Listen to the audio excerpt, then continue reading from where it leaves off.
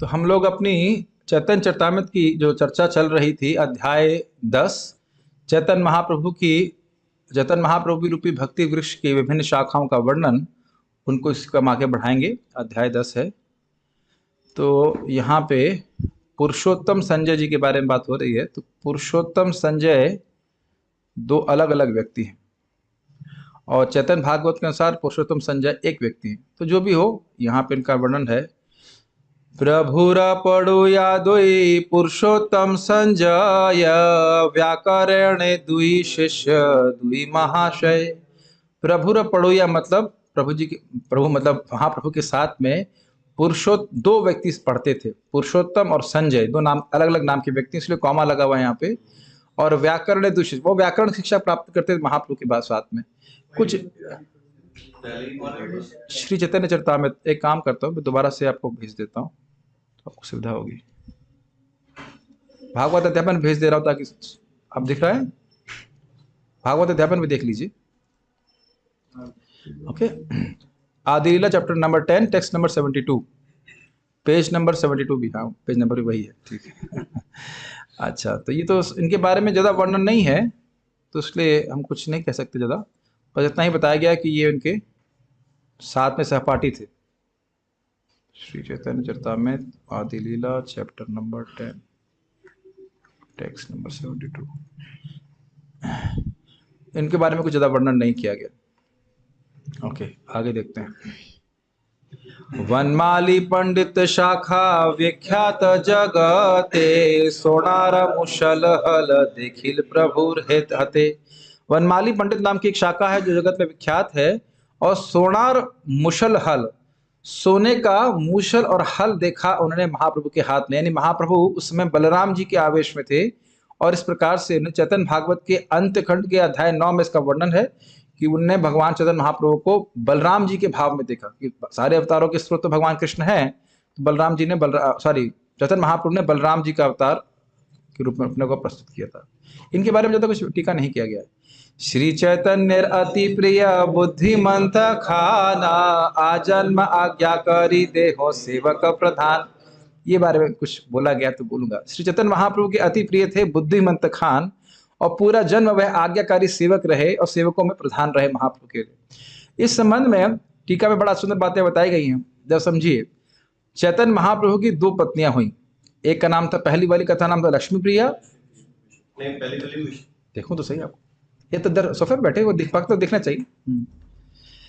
तो पहली वाली का नाम था लक्ष्मी प्रिया और दूसरी पत्नी का नाम था विष्णु प्रिया। तो लक्ष्मी प्रिया, जब लक्ष्मी प्रिया से भगवान चैतन्य महाप्रभु की शादी हुई थी, या निमाई पंडित कह लीजिए, उसमें उस समय महाप्रभु का नाम चैतन्य महाप्रभु नहीं था, तो एक ब्राह्मण की तरह शादी हुई। मतलब ब्राह्मण के पास ज़्यादा पैसे नहीं होते, तो सूखी सूखी शादी हुई ऐसे कह लीजिए, बहुत ज़्यादा पैसे नहीं खर्च किए उन्होंने वहाँ पे। लेकिन जब महाप्रभु उधर जाते हैं, बांग्लादेश जाते हैं, तब लक्ष्मी प्रिया उनसे विरह के कारण शरीर त्याग देती हैं। जब लौट के आते हैं तो सची माता बताती हैं आपकी पत्नी का देहांत हो गया। ठीक है, फिर कुछ समय के बाद फिर से विष्णु प्रिया से शादी तय होती है। तो अब कहे ये बुद्धिमंता खान कहते हैं, इस बार मैं राजा की तरह शादी कराऊंगा। पिछली बार तो हो गई सूखी सूखी शादी, इस बार नहीं। तो पूरा आप चैतन्य भागवत में वर्णन देखेंगे, खूब वर्णन है किस प्रकार से बड़ा एकदम राजा की तरह व्यवस्था किया बुद्धिमंत खान ने। और उस शादी में लोग, जो ब्राह्मण लोग थे, वह क्या कहते हैं उसको, भिक्षा देने के लिए आ रहे थे, डोनेशन मिल रहा था सबको। तो क्या करते, लाइन में लग रहे थे सब लोग। तो एक बार बस मान लो कुछ वटेवर, कुछ कपड़ा वपड़ा जो मिल रहा होगा, तो एक बार में एक व्यक्ति को इतना सामान दिया जाएगा, तो क्या करते, एक बार लेते फिर लाइन फिर लग के आ जाते। आप कहते दे दो, कोई दिक्कत नहीं है, ऐसे करके। तो सबको उस प्रकार से बांटा जा रहा था। तो ये बुद्धिमंत खान भी उसमें वो भाग लिए थे दूसरी शादी में। उसका वर्णन है कि जो व्यक्ति महाप्रभु की शादी का वर्णन विष्णु प्रिया से सुनता है, उसकी शादी नहीं होती है। शादी के दुख से बच जाता है। तो हमने एटलीस्ट शॉर्ट तो सुन लिया। उनकी वो सनातन मिश्र की पत्नी थी, बेटी थी। बड़ा सुंदर वर्णन है चैतन्य भागवत में किस प्रकार से महाप्रभु की शादी विष्णु प्रिया से होती है, लेकिन अभी इतना समय नहीं यहाँ पे वर्णन करने का। साथ ही साथ एक बार महाप्रभु को वायु व्याधि हो गई थी। वायु व्याधि मतलब एक्चुअली प्रेम की वजह से हो रहा था, लेकिन बाह्य रूप से बोल रहे थे, लोग सोच रहे थे कि उनको वायु की व्याधि होती है। मतलब हमारा प्राण क्या होता है, प्राणवायु होता है ना, प्राणवायु से हमारा सब कुछ शरीर का कार्य चलता है, तो वो प्राणवायु डिस्टर्ब होती है तो शरीर में कुछ प्रॉब्लम आती है। तो महाप्रभु का तो दिव्य शरीर है, लेकिन ऐसा प्रस्तुत हो रहा था कि महाप्रभु बीमार हो रहे हैं। तो बीमार जो है वो क्या, वो वायु व्याधि के लोग के रूप में है, तो कह रहे हैं ना ना ना ना, वो कुछ मेडिसिन दे दिए, मतलब बाह्य रूप से मेडिसिन दी ऐसे करके। भगवान को कोई व्याधि नहीं सता सकती है, लेकिन वो प्रेम के कारण उनको विकार हो रहे थे, तो बाहर के लोग कह रहे थे वायु वायु व्याधि है इत्यादि इत्यादि, तो बुद्धिमंत खाने से दिया था। साथ ही वो कीर्तन में रहते। हाँ, और आपको बताया था मैंने कि चंद्रशेखर आचार्य जी के घर पे महाप्रभु रुक्मणी का रोल अदा किए थे ड्रामा में। तो रुक्मणी जी के लिए सारे जो आभूषण थे वो भी बुद्धिमंता खान लेके आए थे भगवान के लिए। और जब वह चतन महाप्रभु को देखने के लिए जगन्नाथपुरी में गए थे, इस प्रकार से बुद्धिमंत खान का वर्णन हमने सुना। गरुड़ पंडित लय श्री नाम मंगल, नाम बोले विश्व जारे न करी बल। गरुड़ पंडित नाम के भक्त हुए जिन्होंने भगवान का पवित्र नाम जप करते ही रहते थे, और अपने नाम जप के बल से उनको एक सर्प ने काटा, फिर भी उन पर प्रभाव नहीं पड़ा। तो आप समझ सकते हैं कि नाम की कितनी शक्ति है। कई बार लोग बोलते हैं हम नाम जप करते हैं तो हमको हमारे पर ईश्वर का प्रभाव क्यों नहीं होता, क्योंकि हम लोग नाम के प्रति अपराध करते हैं तो पूर्ण लाभ हम नहीं प्रस्तुत कर पाते, महसूस कर पाते। लेकिन जब नशे से नाम, शुद्ध नाम उच्चारण करने लग जाएगा तो उससे कुछ व्यक्ति छूने का नहीं। चेतन भागवत में इस बात का वर्णन है कि जिस व्यक्ति को कृष्ण प्रेम प्राप्त हो जाता है उसको अग्नि, सर्प, ये सब कुछ परेशान नहीं कर सकते, कुछ प्रभाव भी डाल नहीं सकते। आप चेतन भागवत में देखेंगे कि नित्यानंद प्रभु तो मगरमच्छ के ऊपर बैठ जाते थे, गंगा जी में जाएंगे और मगरमच्छ के ऊपर बैठ जाएंगे। It's quite amazing, is it not? अब बोलेंगे हरे कृष्ण बोलो। एक भक्त गदाधर दास वो नदी में चले जाएंगे, 3 दिन के बाद बाहर आएंगे, या जब कर रहे हैं तो पूरे 24 घंटे जब कर रहे हैं। तो अब क्या ये स्थिति कब प्राप्त होगी हमको तो नहीं पता, लेकिन कितने जन्म करोड़ों लगेंगे, लेकिन पता नहीं। लेकिन ये स्थिति बहुत अद्भुत है भगवान के नाम की। कम से कम हम अच्छे पथ पे तो है जहां पे इस प्रकार की अनुभूति आगे जाके कभी ना कभी प्राप्त होगी। तो ऐसे उन पर विष का बल नहीं लगा। गोपीनाथ सिंह एक चैतन्य दास, अक्रूर बोली प्रभु जारे कैला परिहास। गोपीनाथ सिंह नाम के महाप्रभु के, चैतन्य महाप्रभु के एक दास हुए जिनको अक्रूर बोल करके महाप्रभु से परिहास करते थे कि आप अक्रूर है, और वास्तविक रूप से वो अक्रूर भी थे। कई बार वर्णन हो चुका है कि जो कृष्ण लीला के पार्षद हैं वही चैतन्य महाप्रभु की लीला में फिर से आते हैं, तो अक्रूर थे। इनके बारे में कुछ ज्यादा बताया नहीं गया तो मैं कुछ नहीं कह सकता।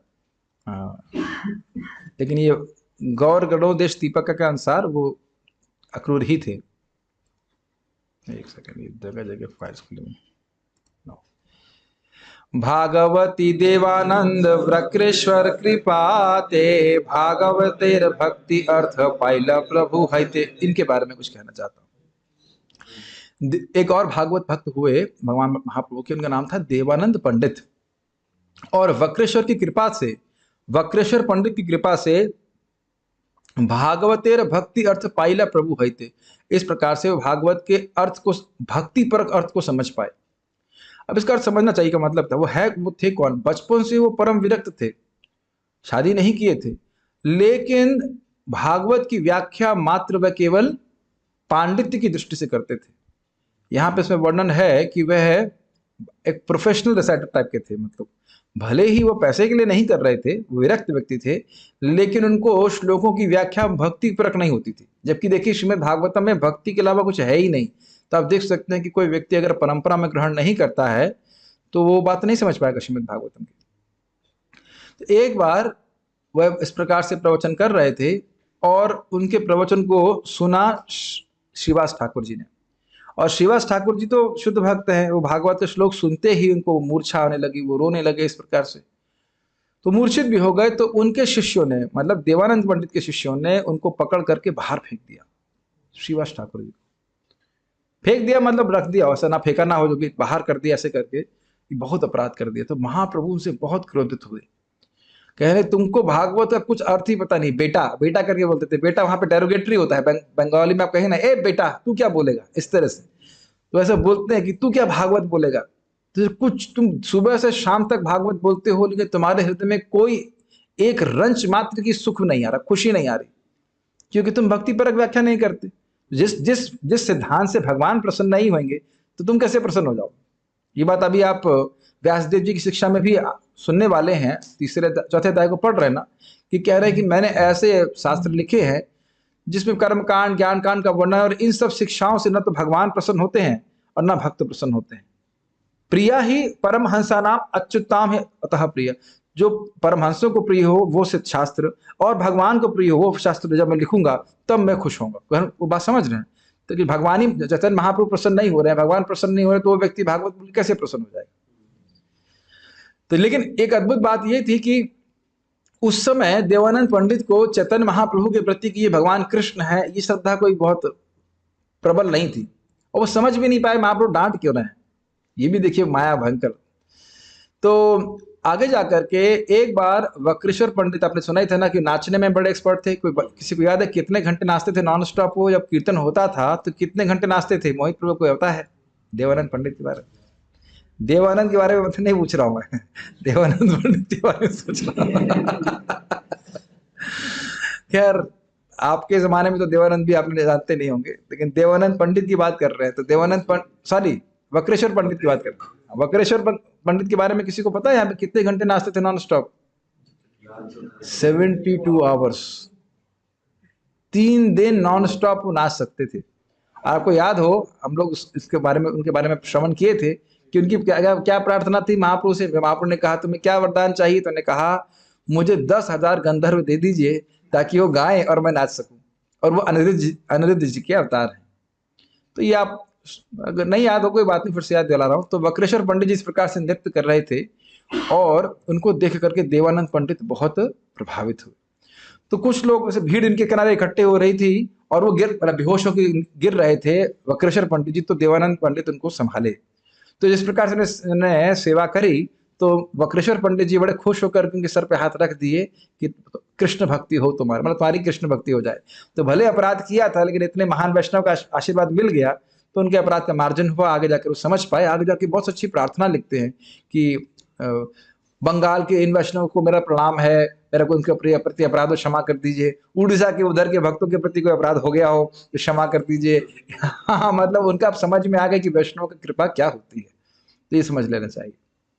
जैसे हम लोगों ने सार्वभौम भट्टाचार्य के बारे में सुना था कि जब गोपीनाथ आचार्य जी की कुछ कृपा हुई, कुछ भर्सना किए, तो महाप्रभु उनकी इच्छा थी कि ये भी समझें, तो फिर महाप्रभु की कृपा उनके पर होती है इस प्रकार से। तो ये देखिए, भगवान सामने हो तो भी अगर व्यक्ति अपराधी तो समझ नहीं पाएगा। तो इसलिए, और ये भी नहीं समझ पाएगा कि अपराध क्या कर रहा है, ये भी दिक्कत है। ये एक बहुत बड़ी बात है, ये बड़ी कठिन वाली बात है, थोड़ी डरावनी बात भी है कि अपराध जब होता है तो उसका प्रभाव तुरंत नहीं दिखता है। वो चंद्रमा की तरह धीरे धीरे व्यक्ति कम होता जाता है, उसमें भक्ति में कम हो जाता है। तो इसलिए मैं इसे विचार कर रहा था कि अनुगत्य होना बहुत जरूरी है। भाई मान लो मैं नहीं समझ पा रहा हूँ कि मेरे से अपराध हो रहा है, लेकिन अगर मैं किसी गुरु के मार्गदर्शन में चल रहा हूँ तो वह बता देंगे कि हाँ मेरे से अपराध हो रहा है, और मैं उनकी बात सुनूंगा क्योंकि उनका मैंने शरण ग्रहण की। फॉर एग्जाम्पल, हम अगर एक हाथ से प्रणाम करते हैं तो यह अपराध है भगवान के प्रति। तो अगर हमारे टीचर बोल रहे हैं और हमारा कुछ शरणागति है या कुछ इतना तो है, कम से कम टीचर की बात सुनेंगे कभी कभी। तो अगर एक बार बोलेगा भाई एक हाथ से प्रणाम मत करो, दोनों हाथ से करो, तो आदमी करेगा। अगर बोलेंगे भाई दोनों हाथ से मत खाओ, एक हाथ से खाओ, तो करेगा। Does it make sense? और अगर कोई व्यक्ति सोचता है नहीं मैं तो खुला छुट्टा घूम रहा हूं, मुझे कोई मतलब नहीं है, मैं सब जानता हूं भक्ति में, तो वो अपराध भी करेगा तो कोई कुछ बोलने वाला नहीं है उसको। और अगर कोई बोलेगा तो समझेगा भी नहीं। जैसे कि आप देख रहे हैं कि महाप्रभु ने बोला भी उसको, लेकिन समझ में नहीं है कि महाप्रभु गुस्सा क्यों कर रहे हैं। आप सोचिए, महाप्रभु साक्षात डांट रहे हैं, फिर भी व्यक्ति को समझ में नहीं आ रहा है कि उसकी गलती क्या है। तो टू मच हो गया कि नहीं हो गया? भगवान सीधे डांट रहे हैं, आज तेरी भागवत फाड़ दूंगा मैं। 80 शब्द है चैतन्य भागवत में, आज इसकी भागवत फाड़ दूंगा मैं। तो भक्त संभालते महाप्रभु। तो ये वक्रेश्वर पंडित की कृपा से भागवत के भक्ति के अर्थ को समझ पाए और उसका अर्थ। हाँ, यहाँ पर बता रहे हैं कि ये भागुरी मुनि के अवतार थे गौर गणोदेश दीपिका के अनुसार, और वह नंद महाराज के यहाँ पे सभा पंडित थे और वैदिक शास्त्रों को पढ़ाते थे, बोलते थे। तो आपको सब उनके प्रति कोई नेगेटिव भावना नहीं रखनी चाहिए। देखिए, जब महाप्रभु आ रहे हैं तो अपनी लीला के द्वारा वो बहुत सारी शिक्षा दे रहे हैं। ये भागुरी मुनि भी भगवान के नित्य पार्षद हैं, लेकिन ड्रामा में किसी को तो कोई रोल करना पड़ेगा ना। नहीं समझ रहे? तो हाँ, तो ये नेगेटिव पॉइंट से भी सिखा रहे हैं कि देखो भाई, जब नंद महाराज के यहाँ वैदिक शास्त्र बोल रहे होंगे तो ना वहां पर कुछ भक्ति से विरुद्ध कुछ बोल रहे होंगे, लेकिन यहाँ इस प्रकार से भगवान उनको ड्रामा में पार्ट दिए हैं कि भाई तुमको देवानंद पंडित के रूप में से कार्य करना है। तो भक्ति से विरुद्ध बातें बोलोगे और मैं डांट लगाऊं तुम, ताकि अन्य लोग समझ सके। ठीक। खंडवासी मुकुंद दास श्री रघुनंदना, कर हरिदास चिरंजीव सुलोचन, ए सब महाशाखा चैतन्य कृपा धामा, प्रेम फल फूल करे यहाँ तहाँ दान। तो खंडवासी एक स्थान है नवद्वीप में, खंडवासी थे मुकुंददास और उनके बेटे श्री रघुनंदन, नरहरिदास, चिरंजीव और सुलोचन, सबके नाम है। ये महाशाखा है, मतलब महान भक्त हुए। और चैतन्य कृपा धाम, चैतन्य महाप्रभु की कृपा के स्थान थे। धाम समझते हैं, अबोर्ड, स्थान। प्रेम फल फूल करे जहां तहां दान, इन सब ने प्रेम के फल और फूलों को इधर उधर बिना किसी भेदभाव के दान किया। इनके बारे में मैं कुछ कहना चाहता हूँ, बहुत सुंदर सुंदर लीला है। एक तो ये है कि मुकुंद दास जो है ये वृंदा देवी के अवतार है, स्वयं वृंदा देवी के अवतार है। देवी हैं तो यहाँ देव कैसे हो गए? ये सब आपको यहाँ पे नहीं घटित रखना चाहिए, सोचना चाहिए। और वृंदा देवी हैं, लेकिन जैसे अभी रूप गोस्वामी जी रूप मंजरी हैं, लेकिन यहाँ पे श्रील रूप गोस्वामी के रूप में। तो वृंदा देवी जो सारी लीलाओं का संपादन करती हैं, सभी को सेवा देती हैं गोलोक में, वह मुकुंद दास के रूप में हुए। और उनके बेटे हुए रघुनंदन ठाकुर। इनके बारे में कुछ लिखे हैं? रघुनंदन ठाकुर जी के बारे में लिखा नहीं है कि वो क्या थे, लेकिन कुछ लीलाएं हैं इनके बारे में बताना चाहता हूँ। रघुनंदन दास, रघुनंदन ठाकुर हैं कि रघुनंदन दास? नहीं, वही तो है रघुनंदन दास, उनको रघुनंदन ठाकुर भी कहते हैं, इनके बेटे का नाम था। इनके बारे में बड़ी सुंदर लीला है, मुकुंद दास के बेटे। हाँ, एक बार महाप्रभु ने उनसे पूछा, मुकुंद दास से, रघुनंदन के पिता आप हैं कि आप रघुनंदन आपका पिता है? ये क्या प्रश्न है? ये भी चैतन्य चरितामृत में आगे कहीं पढ़ने वाले हैं। महाप्रभु कहे कि रघुनंदन आपके पिता हैं कि आप रघुनंदन के पिता हो?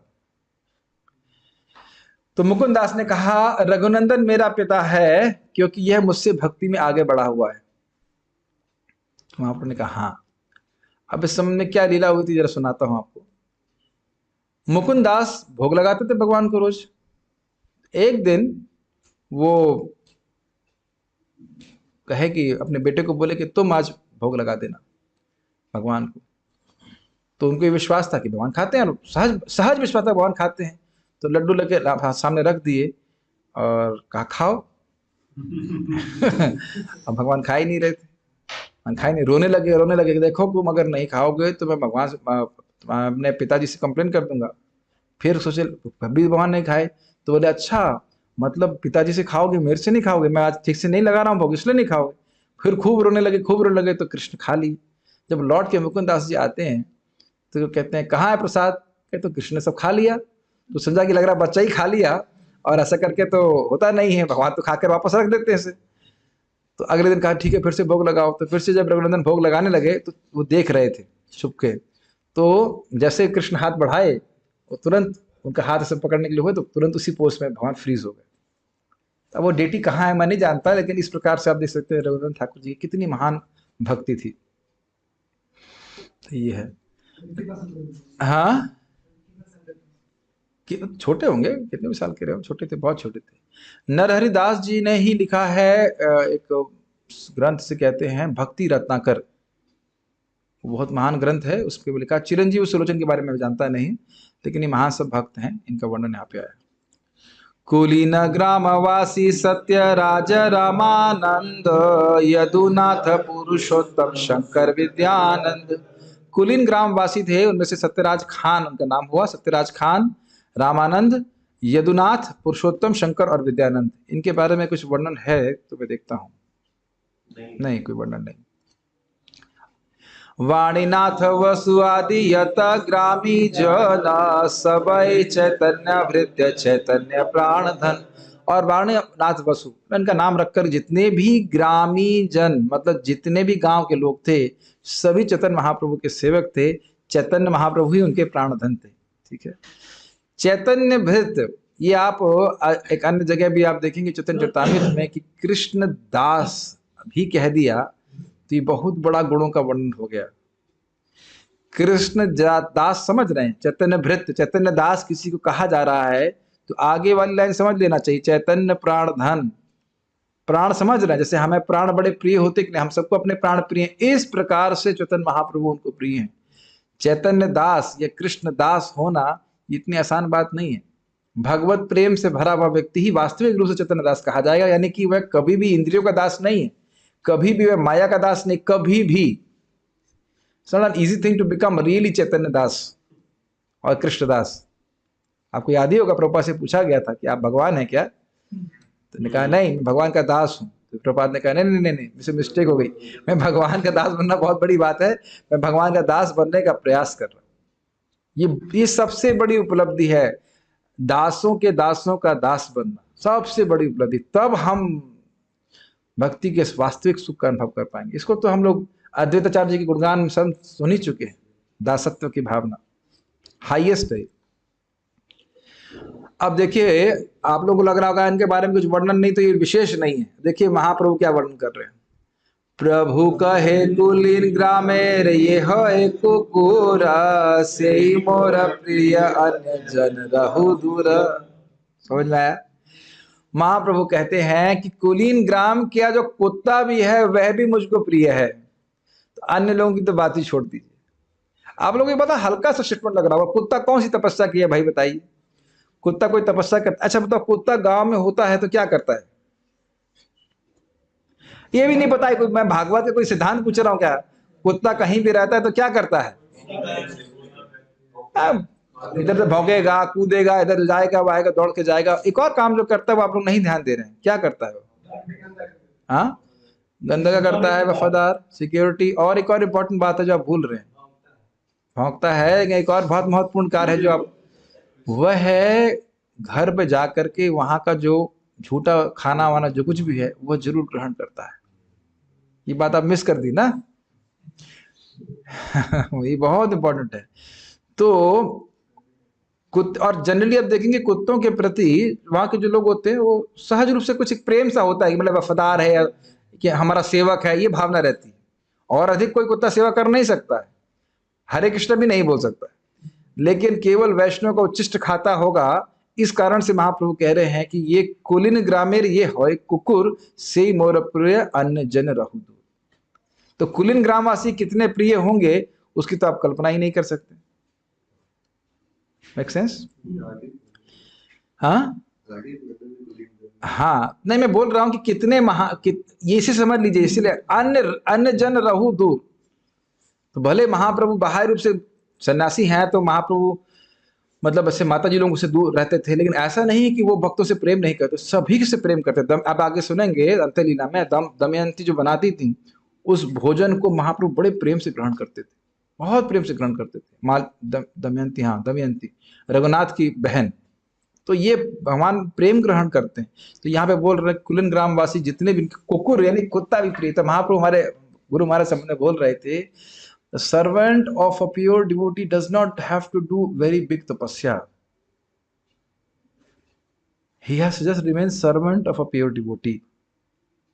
That is his tapasya. कुछ समझ रहे हैं मेरी बात? प्रभुपाद जी के अनुगत्य जितने भी भक्त हैं, प्रभुपाद जी कृपा से भगवान के पास पहुंच जाएंगे। बस हम उनके अनुगत्य में रहना है, जिससे प्रभुपाद जी प्रसन्न हो, गुरु महाराज प्रसन्न हो, वैसा कार्य करना है, बस इतना देखना है। बस समझ रहे हैं ना मेरी बात? जैसे अगर मैं अभी राधा कुंड चला जाऊं तो प्रभुपाद जी प्रसन्न होंगे क्या? बिल्कुल भी प्रसन्न नहीं होंगे। बिल्कुल भी नहीं, मतलब बिल्कुल भी नहीं। मैं प्रचार छोड़ दूं, मैं अपनी बात कर रहा हूं, कुछ पॉइंट्स में बोल रहा हूं जैसे प्रभुपाद बिल्कुल प्रसन्न नहीं होंगे। मैं प्रचार छोड़ दूं, भक्ति करना छोड़ दूं, प्रभुपाद जी प्रसन्न होंगे? बिल्कुल भी नहीं। एक एक पॉइंट आप पकड़ सकते हैं। तो भगवान या भक्ति में 16 माला नहीं जप करूं, अपने मनगढ़ंत तरह से कुछ करूं तो प्रभुपाद जी प्रसन्न नहीं होंगे। सो वी शुड रिमेंबर कि हम कोई बहुत बड़ी साधना नहीं कर रहे। हमारी सेवा साधना ये है कि हम प्रभुपाद जी को और गुरु महाराज को प्रसन्न करने का प्रयास कर रहे हैं। That's it only. समझ रहे हैं मेरी बात? कभी अहंकार नहीं आना चाहिए कि हम बहुत साधना कर रहे हैं। हमसे प्रभुपाद जी जो लिखित में बुला रहे वो लोग 128 माला भी करते, तुम लोग क्या कर रहे हो? तो 128 माला और बहुत माला करने वाले लोग भी हैं, लेकिन हम उनसे कोई कंपटीशन नहीं कर रहे हैं। हमारा आश्रय प्रभुपाद जी की धोती है। समझ रहे? Prabhupada ji catch my dhoti and I will take you back to God. समझ रहे इसका अर्थ? चार चार नियमों का पालन करना, 16 माला का जप करना और कृष्ण भावना के इस परिवार को बढ़ाना।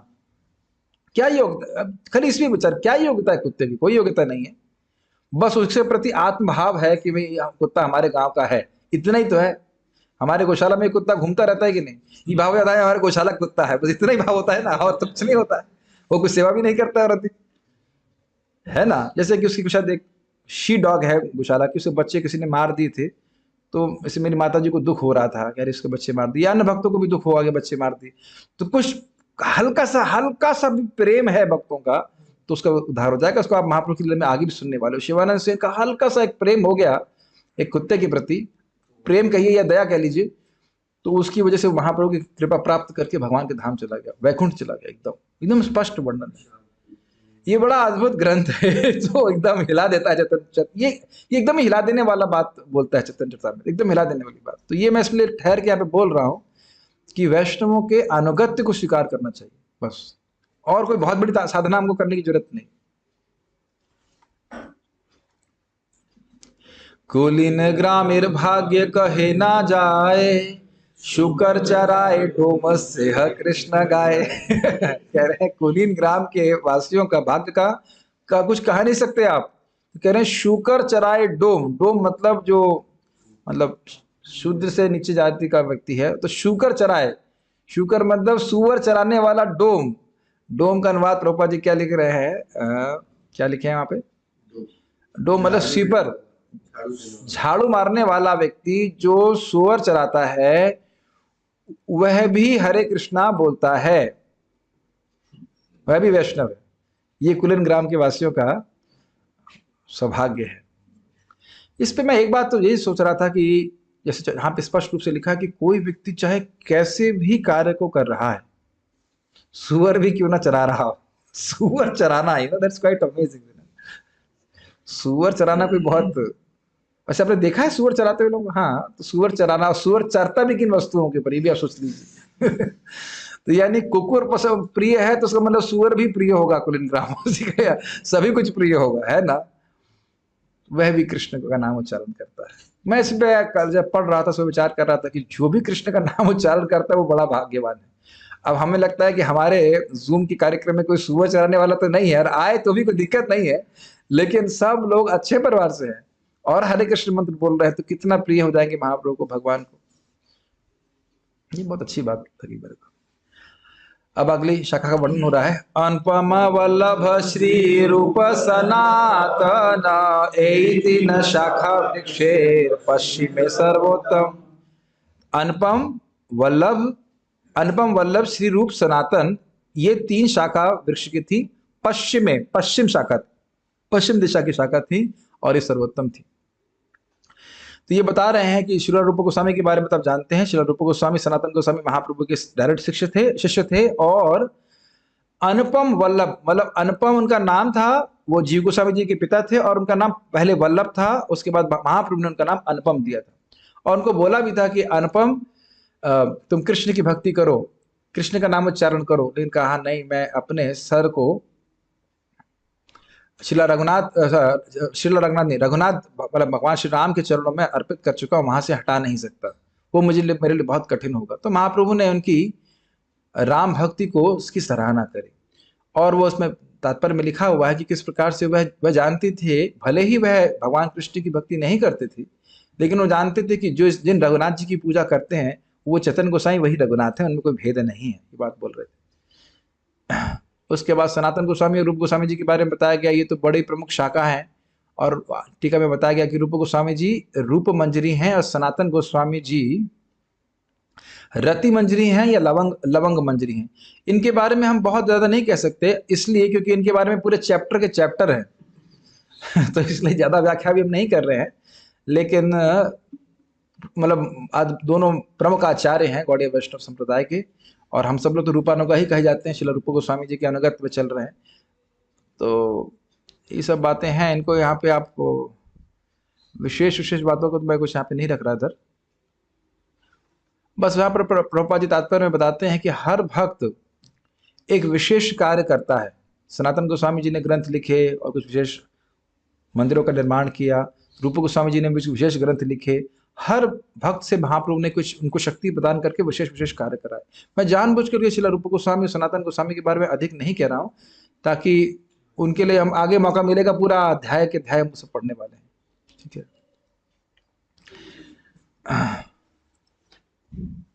तार मध्य रूप सनातन बड़ा शाखा, अनुपम जीव राजेंद्रादि उप शाखा।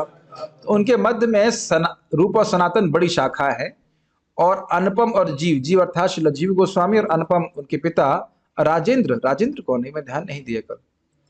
राजेंद्र जी कौन है? राजेंद्र जी भी कोई शाखा होंगे, इनका नाम मैं उनके बारे में मैं ध्यान नहीं दिया कि कौन है वो। ठीक है। एक इंटरेस्टिंग बात यहाँ पे प्रभु तात्पर्य में बताते हैं, वो मैं कहना चाहता हूँ।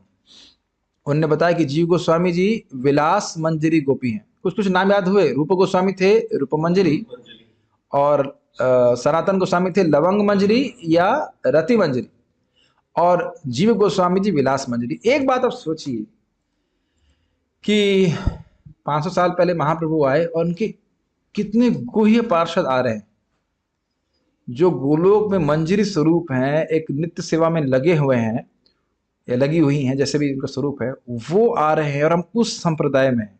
ये काफी इंटरेस्टिंग बात है, इज इट नॉट? आप कोई प्रश्न कर रहा है कि मंजरी का अर्थ क्या होता है? देखिए, श्रीमती राधा रानी है और 8 सखियां हैं, और उसके बाद बहुत सारे सखियों का समूह होता है। उसमें मंजरियां जो होती हैं वो 12-13 साल की उम्र की होती हैं, और वह भगवान भगवान राधा कृष्ण की अंतरंग लीला में प्रवेश करने वाली होती है। लेकिन वो है सीधे कृष्ण भगवान से उस प्रकार से आदान प्रदान नहीं करते कोई सखी करेगी। उनकी उम्र थोड़ी छोटी होती है, 11 साल 12 साल की होती है, लेकिन वह छोटी बच्ची के रूप में रहते हैं, लेकिन वो प्रवेश करती हैं और उनका सब जो अंतरंग लीला भी है राधा कृष्ण की, उसमें प्रवेश कर सकती है। तो एक बड़ी अद्भुत बात है, इससे बहुत सारी शिक्षा मुझे प्राप्त होती है। एक तो ये है कि श्रील जीव गोस्वामी जी स्वयं क्या है, विलास मंजरी हैं, और वह कितना तत्व का व्याख्यान करते हैं बताइए। तत्व संदर्भ, क्रम संदर्भ, भागवत संदर्भ, प्रीति संदर्भ, कृष्ण संदर्भ, 6 संदर्भ बड़े लिखे हुए, जिसके ऊपर पूरा पूरा एक स्कूल है बनारस में। तो यहाँ पे समझ लेना चाहिए कि ऐसा नहीं है कि जो भगवत प्रेमी हैं उनको तत्व का कोई ज्ञान नहीं होता या वो तत्व की चर्चा नहीं करते। ये शिक्षा मुझे बहुत इंपॉर्टेंट मिली श्रील जीव गोस्वामी जी के संबंध में। और ऑब्वियसली रूप गोस्वामी जी, सनातन गोस्वामी जी बिना तत्व को, विज्ञान को, कृष्ण भावनामृत के विज्ञान को समझ करके बिना समझे कोई कहे कि मैं कृष्ण का प्रेमी हो गया हूं, तो ये बहुत मूर्खता होगी, ऐसा होता नहीं। प्रभुपाद जी बहुत सुंदर तात्पर्य लिखते हैं। वो कहते हैं कि ये अनुपम जी के बेटे थे श्रील जीव गोस्वामी जी, और उन्होंने वे नवदीप। हाँ, एक और इंटरेस्टिंग बात की, नित्यानंद प्रभु ने, साक्षात नित्यानंद प्रभु ने जीव गोस्वामी जी को हाथ पकड़ करके नवदीप मंडल की जो परिक्रमा होती है वो कराई। जो क्या कहते हैं उसको, नवदीप तो कहते हैं, नवदीप मंडल, नवदीप मंडल कहते हैं, नहीं नहीं कुछ को नवदीप नवदीप नवदीप नवदीप परिक्रमा कराई। 9 द्वीप जो है, 9 द्वीप जो मायापुर के हैं, मायापुर इत्यादि जो भी है, वह नवदा भक्ति को रिप्रेजेंट करते हैं। और उनका दर्शन स्वयं नित्यानंद प्रभु ने जीव गोस्वामी को हाथ से पकड़ कर कराया। वैसे आज तक मैं एक ही बार पढ़ा हूं, फिर से पढ़ने की इच्छा, मैं सोच रहा हूं पुस्तक खरीद लेंगे। नवदीप धाम महात्म्य, ये भक्ति ठाकुर जी लिखे हैं, उसमें वर्णन कह रहे हैं किस प्रकार से हाथ पकड़ कर श्रील जीव गोस्वामी जी को नित्यानंद प्रभु दर्शन कराए। तो आप समझ सकते हैं जीव गोस्वामी जी कितने प्रिय होंगे। और उसके बाद वे बनारस आते हैं, वहाँ मधुसूदन वाचस्पति से अपने संस्कृत में पढ़ाई करते हैं। फिर वृंदावन में श्रील रूप गोस्वामी और सनातन गोस्वामी जी से शरण में जाते हैं। कुछ मैं कुछ कहानी भी सुनाऊंगा। और बहुत सारे वो ग्रंथ लिखते हैं, इसमें नाम लिखा है हरिनामामृत व्याकरण सूत्र मालिका इत्यादि, बहुत सारे ग्रंथ यहाँ पे लिखे गए हैं। सुना है कि 4 लाख श्लोक श्रील जीव गोस्वामी जी ने लिखे थे, 4 लाख। सेम व्यासदेव जी भी 4 लाख लिखे थे, इस प्रकार से तो है इन लिखा था। हाँ, एक और विशेष घटना हुई थी, जब जीव गोस्वामी जी थे यहाँ पे वृंदावन में साक्षात उपस्थित थे, तो श्रीनिवास आचार्य, नरोत्तम दास ठाकुर और दुखी कृष्णदास, इनको उन्होंने ग्रंथों के संग, गोस्वामी ग्रंथों के संग भेजा कि बंगाल जाकर के आप प्रचार करो। बहुत लंबी कथा है, उधर तो हम जाएंगे नहीं इतना। लेकिन हुआ ये कि रास्ते में डकैतों ने आकर के वो ग्रंथ चुरा लिए। तो नरोत्तम दास ठाकुर और दुखी कृष्णदास, जिनका नाम था, क्या नाम था, दुखी कृष्णदास का नाम बाद में चेंज हो गया था ना, सा से नाम था ना, क्या नाम था? अरे सुखी ने, हाँ बस स्पेकुलेट कर दो। दुखी कृष्णदास, श्यामानंद प्रभु, यस यस।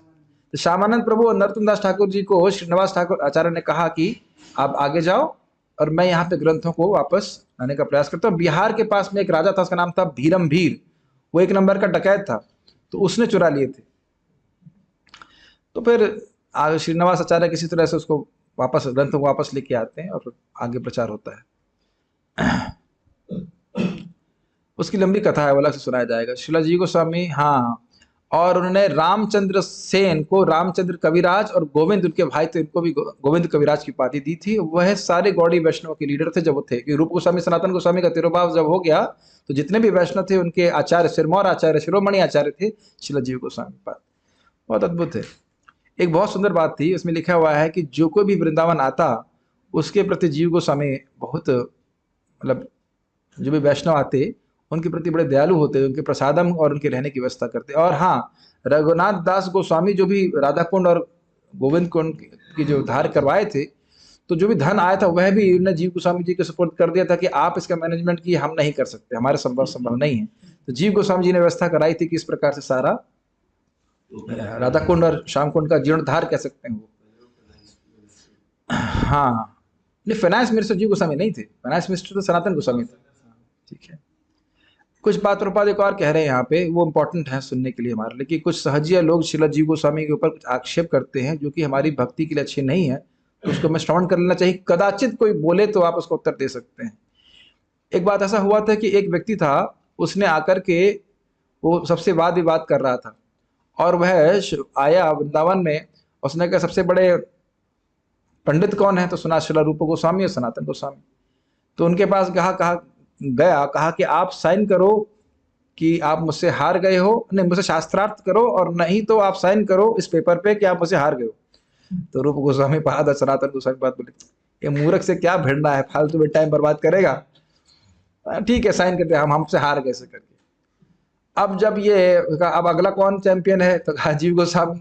तो जीव गोस्वामी जी के पास वो जब गया तो कहा कि आप या शास्त्रार्थ करो और नहीं तो आप ये स्वीकार करो कि आप हार गए हैं। देखिए आपके जो चाचा जी हैं, चाचा जी, ताऊ जी, जो भी कह लीजिए, तो वह तो सब ही मान लिए हैं हमको। तब जीव गोस्वामी जी को अच्छा नहीं लगा, उन्होंने कहा अरे ये रूप गोस्वामी जी को हराएगा। तो ने कहा अच्छा, तो मैं तुमसे शास्त्रार्थ करूंगा। तो शास्त्रार्थ किया और मैंने सुना कि 7 दिन लगा उसको हराने में। हमारे गुरु महाराज कह रहे थे आप लोगों को विचार करना चाहिए कि वह व्यक्ति भी कोई कमजोर नहीं था। क्योंकि जीव गोस्वामी जी के सामने 7 दिन टिकना ये कोई बहुत बड़ी बात है कि नहीं। लेकिन अंततोगत्वा उसको हरा दिए। जीव गोस्वामी जी पे लोग आक्षेप करते हैं, देखो तृणादपि सुनिचिना होना चाहिए ना, और वह अपनी प्रतिष्ठा को बचाने के लिए उससे वाद विवाद किए। तो प्रभुपाद जी तात्पर्य बताते हैं कि ऐसा नहीं है, अगर स्वयं की अपमान हो रहा हो तो वैष्णव को सहन कर लेना चाहिए, जैसे कि शिला रूप गोस्वामी सनातन गोस्वामी ने किया। लेकिन अन्य वैष्णवों का, गुरु का, भगवान का कोई अनादर करता है तब व्यक्ति को सहन नहीं करना चाहिए और उसका यथा योग्य उत्तर देना चाहिए, नहीं तो हम उस वैष्णव अपराध के भागी बन जाते हैं। या तो उस स्थान को छोड़ दीजिए, और नहीं तो नहीं। पहला चीज है कि अगर कोई कुछ बोल रहा है और हमारा चुप कराने का सामर्थ्य है युक्ति के द्वारा, तो चुप करा देना चाहिए, और अगर नहीं है तो फिर वहां से हट जाइए। तो अब जीव गोस्वामी जी के पास का सामर्थ्य नहीं था, बताइए, था, तो इस समय अगर वो हट जाते तो वह गलत बात होती। तो इसलिए उन्होंने वैष्णव धर्म का पालन किया और उन्होंने उस व्यक्ति को हराया। अपनी कोई उनकी इच्छा नहीं थी कि मुझे बड़ा स्कॉलर के रूप में जाना जाए, अपितु वो केवल उस रूप गोस्वामी पाद और सनातन गोस्वामी पाद की प्रतिष्ठा को बनाकर रखने के लिए, प्रतिष्ठा नहीं कहना चाहिए, उनका सम्मान की रक्षा के लिए किया था। हाँ, मुझे पता है, लेकिन वो एक अलग बात है। लेकिन जीव गोस्वामी जी गलत नहीं किए थे, ठीक है। प्रभुपाद जी तात्पर्य में लिखते हैं इस बात।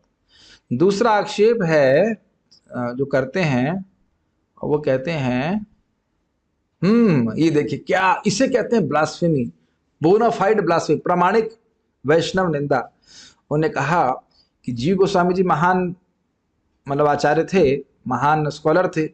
तो कृष्णदास कविराज गोस्वामी ने चैतन्य चरितामृत लिखा, और जब उसको पढ़ा उनने तो कहा ये तो इतना अच्छा ग्रंथ है, तो मेरी जो प्रतिष्ठा है एक आचार्य के रूप में या एक शास्त्रज्ञ के रूप में वो कम हो जाएगी। तो उन्होंने उस शास्त्र को कुएं में फेंक दिया। ये आक्षेप करते, ऐसा हुआ कुछ नहीं था। बाद में मुकुंद नाम के एक व्यक्ति थे जिन्होंने चैतन्य चरितामृत को की कॉपी बना रखी थी, उससे ये जगत में प्रकाशित हुआ। आप सोच लीजिए, जो क्या नाम है विलास मंजरी हैं, उनके हृदय में क्या जरा सी भी कहीं से मात्सर्य हो सकता है? मतलब अपने सर पे सॉरी अपने पांवों में खुद ही कुल्हाड़ी मारना। समझ सुना ना इस बात को? इस प्रकार का आक्षेप इतने महान आचार्य पे करना दिखाता है ना कितने व्यक्ति खराब हैं। और ये भी समझ लेना चाहिए, जब इतने शुद्ध भी नहीं, पूर्ण रूपेण शुद्ध भक्त के ऊपर इस प्रकार के उल जलूल के आक्षेप लोग करते हैं, तो हम किस खेत की मूली है? ये ग्रहण कर लेना चाहिए। जगत में आपकी निंदा करने वाले लोग हमेशा ही घूमते रहेंगे। जब जीव गोस्वामी जी को नहीं छोड़ा तो हमें क्या छोड़ने वाले हैं बताइए? उनके चक्कर में अगर हम भक्ति करना छोड़ दें या रुक जाएं, केवल रुक भी जाएं, तो भी बहुत बड़ी मूर्खता होगी। और अरे बोलने तो दो भाई अभी सब लोग कमेंट पे कमेंट मार रहे हैं, अरे बोलने तो दो भाई, अभी आगे आएगा, बोल रहा हूं। तीसरा आक्षेप है कि जीव गोस्वामी जी परकीय रस को समर्थन नहीं देते थे। जो गोपियों का भाव है प्रिय प्रियतम का, उसको समर्थन नहीं देते थे। अभी तो यह वो बोलते थे या वो स्थापित कर रहे थे अपनी शिक्षाओं के द्वारा कि गोपियां कृष्ण की परिणीता पत्नी थी। तो यहां प्रभुपाद जी कह रहे हैं कि नहीं, ऐसा नहीं है। शीला जीव गोस्वामी जी जानते थे कि उनके कुछ जो अनुयायी हैं वह परकीय रस जो गोपियों का है उसको समझ नहीं पा रहे थे, उसको सराहना नहीं कर पा रहे थे। इसलिए उनके आध्यात्मिक कल्याण के लिए उनके आध्यात्मिक कल्याण के लिए शीला जीव गोस्वामी पाद ने ऐसा स्थापना करा था सौखिया की।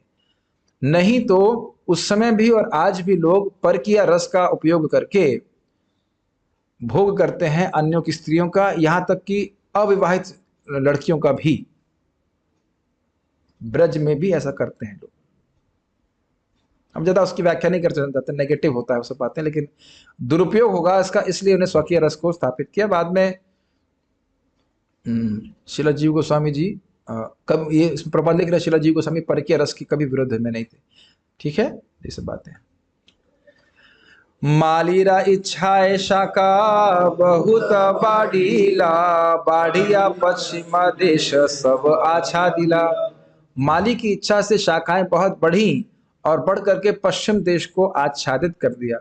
कौन है माली? किसके बारे में बोल रहे? हाँ, गुड, याद है आप लोगों की। माली कौन है? श्रीमद चैतन्य महाप्रभु। तो उनकी इच्छा से इस प्रकार से बढ़ा। आ सिंधु नदी तीर आर हिमालय, वृंदावन मथुरा दियत तीर्थ होय। आ सिंधु नदी मतलब सिंधु नदी के तट तक और हिमालय तक भी प्रचार जो हुआ, और वृंदावन मथुरा आदि में जितना भी वेस्ट एरिया था उसमें प्रचार हुआ। सब तीर्थ हो गए, भगवान की भक्ति तीर्थ हो गए, तीर्थों में हुआ। अन्य तीर्थ भी वहां पे सम्मिलित थे और हरिद्वार इत्यादि में प्रचार हुआ भक्ति का। प्रभाकर ये कौन है? अरे भाई ऐसे आर्बिट कमेंट मत करिए, उससे क्लास में विक्षेप होता है। दुई शाखार प्रेम फले सकल भासीला, प्रेम फलास्वादे लोक उन्मत होइला। इन दोनों शाखा से, कौन सी दोनों शाखा? शीला रूप गोस्वामी और सनातन गोस्वामी के द्वारा प्रेम के फलों में सकल भासीला, सभी लोग से खा करके उसमें डूब गए, फल में ही डूब गए। प्रेम के फल आस्वादन में लोग उन्मत्त हो गए, पागल हो गए। पश्चिमेर लोक सभ मूढ़ अनाचार, तहां प्रचारिला दोए भक्ति सदाचार। तो जो पश्चिम लोग के मतलब इधर के लोग, वेस्ट यूपी अगर ऐसा कहा जाए, बोल दे तो खूने का तो गुस्सा हो जाएगा, लेकिन बोल रहे हैं कि इधर के लोग थोड़े से सदाचारी नहीं रहते हैं बहुत। ऐसे गलत तो नहीं बोल रहा हूँ, मैंने सुना है कि जहाँ पे मेरा जन्म हुआ था, जब देखे भी थे बुलंदशहर में, अरे भाई कोई सुन रहा हो तो बुरा मत मानना, लेकिन हमने देखा, मुझे बहुत अजीब सी भाषा लगती थी वहां पे, बड़ी खड़ी बोलते हैं लोग। हाँ, रफ, ऐसा लगता है कि मतलब डांट रहे हो, झगड़ा कर रहे हो। और हम लोग हिंदी से नहीं बोलते हैं, ऐसे हम लोग आप करके बोलेंगे, आप आइए बैठिए ये वो। तू क्या कर रहा है? तूने खाना खाया कि नहीं खाया? मतलब मैं तो मिमिक्री भी नहीं कर सकता, लेकिन ऐसा करते हैं, लट्ठ मार रहे हैं उसे कहना चाहिए। तो कह रहे हैं कि एक संस्कार है, स्वभाव है, जो भी कह लीजिए, हम कोई आक्षेप नहीं कर रहे। तो ने कहा कि जो भी मतलब वेस्ट साइड के, भारत का जो वेस्ट साइड है उसमें लोग थोड़े बुद्धिमान नहीं होते। भाई जो लिखा है मैं अनुवाद कर रहा हूँ, और ज्यादा सदाचारी भी नहीं होते हैं, लेकिन श्रील रूप गोस्वामी सनातन गोस्वामी के प्रभाव से वह भी भक्ति को स्वीकार किए।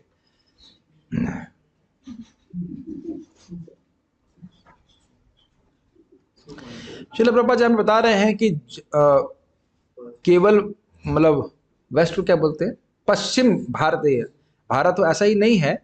वो लोग स्पेशली ऐसा हुआ था क्योंकि वो मुसलमानों के संग से प्रभावित हो गए थे। मुसलमान वहां से पहले आए ना, उधर से आए, तो हाँ पश्चिम की तरफ से आए थे, तो वहां से लोग थोड़ा प्रभावित हो गए, तो उनका जो आचरण था वो डिस्टर्ब हो गया। और कह रहे थे कि महाराज परीक्षित के समय में पूरे विश्व में वैदिक कल्चर, वैदिक जो सभ्यता थी वो व्याप्त थी, लेकिन धीरे धीरे करके सारा वो ब्रेकअप होता चला गया और लोग वैदिक सभ्यता को त्याग दिए थे। लेकिन भगवान श्रीमद रूप गोस्वामी सनातन गोस्वामी की कृपा से पूरा भक्ति का प्रचार हुआ। आप सोचिए कैसे किए भी होंगे वो, उस जमाने में तो ना कुछ, मतलब कैसे किए होंगे, सोचने वाली बात है ना, कितना कठिनाई होगी। शिला रूप गोस्वामी पाद अगर अभी आगे होते तो धुआं उड़ा देते। एकदम धुआं, मतलब समझ रहे ना कितना चैनल बन गए होते, ये वो ग्रंथ वंथ, और कितने सारे। और जीव गोस्वामी जी तो कम से कम 50 लाख श्लोक लिख दिए होते हैं। हम लोग एडिटिंग कर रहे थे, टाइपिंग तो कर नहीं रहे थे, कम से कम टाइपिंग करते थे। हाँ कुछ तो करते हैं। वैसे एक बात ध्यान देना चाहिए, मैं भी पढ़ रहा था, श्रीनिवास आचार्य जी हरिदास ठाकुर जी की समाधि में गए। कहाँ पढ़ रहे थे? चेतन चरितामृत में पढ़ रहा था, और वहां पे कोटेशन आया था भक्ति रत्नाकर का। तो समाधि में गए और बहुत रोने भी लगे, और परिक्रमा किए, प्रणाम किए। तो ये समझना चाहिए कि वैष्णव आचार्य हमेशा अपनी समाधि में रहते हैं। तो आप सभी लोग से अनुरोध है, जो लोग वृंदावन में रह रहे हैं, तो सुबह के समय कम से कम एक बार प्रभुपाद जी की समाधि का परिक्रमा करके आए, प्रणाम कर जरूर करें। दक्षिण वीकेंड में एटलीस्ट महीनों में इतना तो करना ही चाहिए। सुबह करेंगे, दिन में तो फिर हम भूल जाते हैं, कुछ कर नहीं पाते। और वहां पे भी हम लोग, जैसे गौशाला में भी महान महान वैष्णव की समाधि, तो वहाँ प्रणाम करें, जैसे उधर से जा रहे हैं तो प्रणाम करते हुए जाना चाहिए। ये काफी एक पॉइंट था जो मैं नेग्लेक्ट, थोड़ा सा ध्यान से चूक रहा था, मेरे नेग्लेक्ट सा कर रहा था। Very important point. Prabhupada ji भी जब विदेश जाना चाहते थे तो अद्वैत आचार्य जी की समाधि में जाकर खूब घंटों घंटों वहां जप करते और खूब फूट फूट के रोते। तो जब वो प्रचार करके बाद में लौटे थे, तो एक उनकी शायद गुरु भाई थे, जो भी वहाँ का पुजारी था, वो पुजारी प्रभुपाद जी के शिष्यों से मिला, और वह उनको उस समय उनके शिष्य बैक टू गॉड मैगजीन बांट रहे थे। तो कहा, अरे इनको मैं जानता हूँ, इनको मैं जानता हूँ। कैसे जानते हैं आप? कितने ये वहां पे आया करते थे, मैं वहाँ का पुजारी था, और वहाँ घंटों घंटों रोते थे। क्यों रोते थे? कहते थे कि मेरे गुरु महाराज, प्रभुपाद जी कहते थे, मेरे गुरु महाराज ने मुझे एक इम्पॉसिबल मिशन दिया है। क्या कहा जाएंगे? असंभव कार्य दिया है, मैं इसे करने में सर्वथा अयोग्य हूँ। तो मैं अद्वैत आचार्य जी से प्रार्थना कर रहा हूँ कि मुझे शक्ति दे कि मैं इस कृष्ण भावना का प्रचार पाश्चात्य देश में कर सकूं। ये बहुत सुंदर बात है। आज ही मैं अपने गुरु महाराज का प्रवचन सुन रहा था इस समय में। कम से कम प्रवचन सुनने से कुछ समय तो बात घुसती है दिमाग में, फिर हम भूल जाते हैं कि जो व्यक्ति अपने आप को बहुत एडवांस्ड मानता है, भगवान उसकी उपेक्षा करते हैं। लेकिन अगर कोई व्यक्ति मानता है कि मैं पूरी तरह से अयोग्य हूँ और जो कुछ भी मैं हूँ वो वैष्णव की कृपा से हूँ, तब भगवान को वो व्यक्ति बहुत प्रिय होता है। ये सब बहुत सूक्ष्म बातें हैं वैष्णव टिकट की, और मनोभावना हमारी क्या होनी चाहिए हमें समझना चाहिए। बहुत इंपॉर्टेंट बात है। कभी नहीं सोचना चाहिए कि मैं बहुत एडवांस डिवोटी, क्या एडवांस्ड हम लोग हैं, लेकिन प्रयास करने जो कुछ भी कर रहे हैं वो आचार्यों की कृपा से हो रहा है। ठीक है। तो प्रभुपाद यहाँ बोल रहे हैं कि ना सिर्फ मतलब क्या पश्चिमी भारत नहीं, अपितु पश्चिम देश के हमारे जो भक्त हैं वह सब भी कृष्ण भावनामृत आंदोलन की कृपा से, भक्तों की कृपा से 4 नियमों का पालन कर रहे हैं, भक्ति इत्यादि कर रहे हैं। ठीक है, आगे देखते हैं। 6 मिनट हमारे पास हैं। शास्त्र दृष्ट कैला लुप्त तीर्थेरा उद्धार, वृंदावन कैला श्री मूर्ति सेवार प्रचार। बड़ा सुंदर शब्द देखिए, शास्त्र दृष्टि के द्वारा उन्होंने लुप्त तीर्थों का उद्धार किया। जैसे राधा कुंड है, श्याम कुंड है। हाँ हाँ, राधा कुंड, श्याम कुंड, गोविंद कुंड कहाँ पे? हाँ उसमें गोवर्धन की परिक्रमा, बट हाँ, लेकिन हम खाली बात कर रहे हैं अभी राधा कुंड और श्याम कुंड की। तो राधा कुंड श्याम कुंड का धारण ने करवाया तो शास्त्र दृष्टि के द्वारा करवाया, और ये उनको आप पढ़ेंगे जब आगे उनके बारे में, तो महाप्रभु की आज्ञा थी कि आप लोग ब्रज में जाकर के इस प्रकार से ये लुप्त तीर्थों का उद्धार कीजिए। महाप्रभु चाहते थे कि लोगों को मालूम चले। तो महाप्रभु जब यहाँ पे आए थे ब्रज में, तो उसमें खेत में थोड़ा सा पोखर जैसा था, राधा कुंड। तो वहां महाप्रभु स्नान करके सत्यापित किए कि यही राधा कुंड है। तो उस आधार पे वहां पे राधा कुंड का उद्धार, जीर्णोद्धार हुआ। उसके बाद जिस रूप में आप देखते हैं वैसे व्यवस्था कराई गई। वृंदावन कैलाश श्रीमूर्ति सेवा प्रचार, वृंदावन में जब वो लोग आए थे तो वहां पे प्राय सब परमहंस भक्त लोग रहा करते थे। उतने बड़े मंदिर नहीं थे, या कह सकते हैं प्राय कोई मंदिर नहीं थे। तो जितने भी मुख्य मंदिर आप देख रहे हैं वो गोस्वामियों के द्वारा स्थापित किए गए हैं। तो यही प्रभुपाद अभी बता रहे हैं। हम नाम भी रख रहे हैं प्रभुपाद जी, गोविंद टेम्पल, गोपीनाथ मंदिर, श्री राधा रमन मंदिर, राधा श्याम सुंदर मंदिर, राधा दामोदर मंदिर और गोकुलानंद मंदिर, इस सबके यहाँ पे उन्हें व्याख्या कर मतलब स्थापना करवाई और सेवा पूजा शुरू करवाई। ये समझ लेना चाहिए कि आचार, इससे हमको श्रद्धा समझ लेना चाहिए कि ये बताइए अगर श्री विग्रह खाली मूर्ति मात्र होता और भगवान नहीं होता, तो इतने महान महान आचार्य केवल समय व्यर्थ करने के लिए ये सब कार्य कर रहे हैं। देखो हमें नहीं समझ में आता है, लेकिन हमको शास्त्र की श्रद्धा और आचार्यों की पद का अनुगमन करते हुए उस पर विश्वास रखना पड़ेगा। उसको समझ रहे हैं ना। प्रभुपाद जी इस बात को बोले थे। प्रभुपाद जी तो बड़ी प्रसिद्ध बात आप जानते हो। प्रभुपाद से पूछा गया कि आप यहाँ कृष्ण बलराम मंदिर क्यों बना रहे? उस समय सब जंगल था, कहले यहाँ कौन आएगा देखने के लिए, अगर अंदर कहीं बनाते। अब आप सोचिए प्रभुपाद जी अंदर कहीं बनाते तो कितना दिक्कत होता। तो जो भी हो, तो प्रभुपाद जी का बड़ा प्रसिद्ध शब्द है, कहे कि जहां भी कृष्ण होंगे वहां लोग आएंगे। फिर से रिपीट कर रहा हूं, जहां भी कृष्ण होंगे वहां लोग आएंगे। और आप देखिए लोग आते कि नहीं आते, बल्कि अब यहाँ ब्लॉक किया जा रहा है। मुझे तो गुस्सा आता है। मंगल आरती के लिए आईडी कार्ड चाहिए, ये चाहिए, वो चाहिए। लोग कितने आतुर हैं। जितना मंगल आरती में भीड़ हमारे मंदिर में है, मैं नहीं समझता किसी भी मंदिर में होती होगी। मैं जहां मतलब गलत नहीं बोल रहा हूँ, सुबह तो कहीं नहीं होती होगी। और अगर लोग भीड़, शायद बाकी बिहारी मंदिर में होती, नहीं बाकी बिहारी में शायद होते ही, मुझे नहीं पता। हाँ वीकेंड में आते हो, लेकिन रोज सुबह इस प्रकार का और इस प्रकार की कोई इस प्रकार, हाँ शायद वहां पे शायद मंगल आरती नहीं होती है, जो भी मैं गया नहीं। और इस प्रकार की कम्युनिटी नहीं है। आप देख रहे हैं जिससे जिनका वैसे भगवान से प्रेम है, भगवान की सेवा करना चाहते हैं, बहुत सुंदर भावना यहाँ पर है। अद्भुत मंदिर है। नॉट इस प्रकार की मंगल आरती लोग नाच रहे हैं, गा रहे हैं, कीर्तन हो रहा है प्रॉपर तरीके से, sound system, everything is so nice, इतना सुंदर श्रृंगार। ये तो मैं समझता हूँ कोई हिंदू कल्पना भी नहीं कर सकता। अरे मैं गोविंद देव की बात नहीं कर रहा हूँ, गोविंद देव तो यहीं से गए थे, लेकिन मैं यहाँ की बात कर रहा हूँ वृंदावन। और गोविंद देव में भी सब लोग एक साथ नहीं गाते हैं, सब लोग अपना अपना गीत गाते हैं। कोई गा रहा है, अच्छी बात है, गाते हैं, लेकिन कुछ मतलब 20 लोग इधर इकट्ठे होंगे वो अपना गाएंगे, इधर 20 लोग इकट्ठे होंगे अपना अपना गाएंगे, कुछ ऐसा करके।